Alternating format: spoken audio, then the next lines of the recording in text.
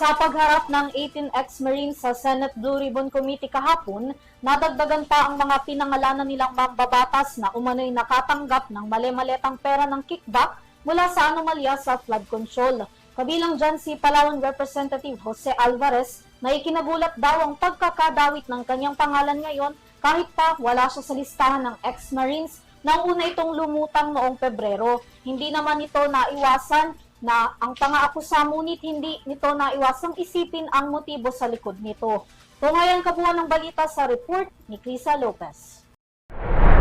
Pinabulaanan ni Palawan Congressman Jose Alvarez ang paratang ng 18 ex-Marine na isa siya sa mga pinadalhan ng malay-maletang pera mula sa Flood Control Project Corruption matapos ang pagdinig ng Senate Blue Ribbon Committee kahapon kung saan idinetalye nila ang pagdadala nila ng pera sa ilang mambabatas. Dumating si Representative Alvarez at mariing pinabulaanan ang bintang sa isinagawang presko ni Senator Rodante Marcoleta at Senator Alan Peter Cayetano. Ayon kay Alvarez, wala siyang utang kay dating Congressman Saldico at wala ring utang sa kanya ang naturang mambabatas. Hindi rin sila nagkaroon ng kahit na anong transaksyon na may kaugnayan sa pera. Deny that na meron po akong natanggap. Wala akong utang si Saldico sa akin. Wala din akong utang sa kanya.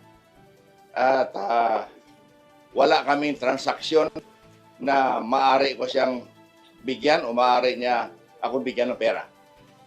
Umalis na si Atty. Rondain. Nauna nang umalis. Kausap ko siya noong isang araw.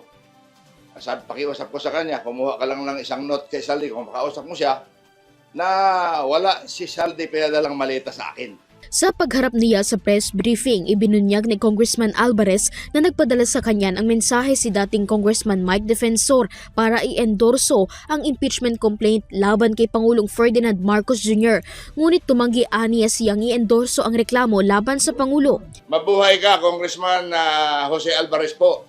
Si Margaret ito, hindi ko kilala kung sino itong Margaret nagpadala sa akin.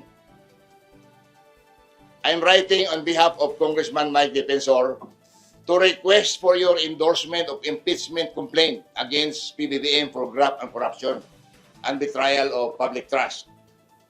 Your principled stance, binula pa ako, your principled stance on accountability makes you an ideal endorser. We respectfully request for your public endorsement to strengthen this effort and uphold the rule of law. Attached is the full complaint for your review. Thank you for your consideration. Hello po, will you endorse? Ang sagot ko, no, sorry. Hindi ko pa nga nabasa eh. Pinapa-endorse agad sa akin. Pinaprint ko kaya kakapal. So, sunod noon, kasama na po ako rito sa Marines. Sa kabila ng paratang sa kanya, nanindigan siya na wala siyang natanggap na maleta mula kay Ko. Nung hindi ko inendorso, bigla na lang ako nagkapangalan dito. Ilan pa sa mga binanggit na pangalan ng 18 ex-Marines na tumanggap ng pera ay sina Senator Vicente Tito Soto III, Senator Erwin Tulfo, Representative Leila de Lima, Representative Sandro Marcos, Representative Terry Redon, Representative Jerbil Luistro, Benny Abante, Sia Adyong, Joel Chua, Janet Garin, former Representative Franz Castro, former Representative Arlene Brosas, former Representative Ace Barbers, former Representative Dan Fernandez, former Representative Raul Manuel, former Representative Stella Kimbo at Father Flavi Villanueva. Ang ilan sa kanila ay mariin ng pinasinungalingan ang paratang. Para Zero TV News, Crisa Lopez, sumasaludo sa bawat Pilipino.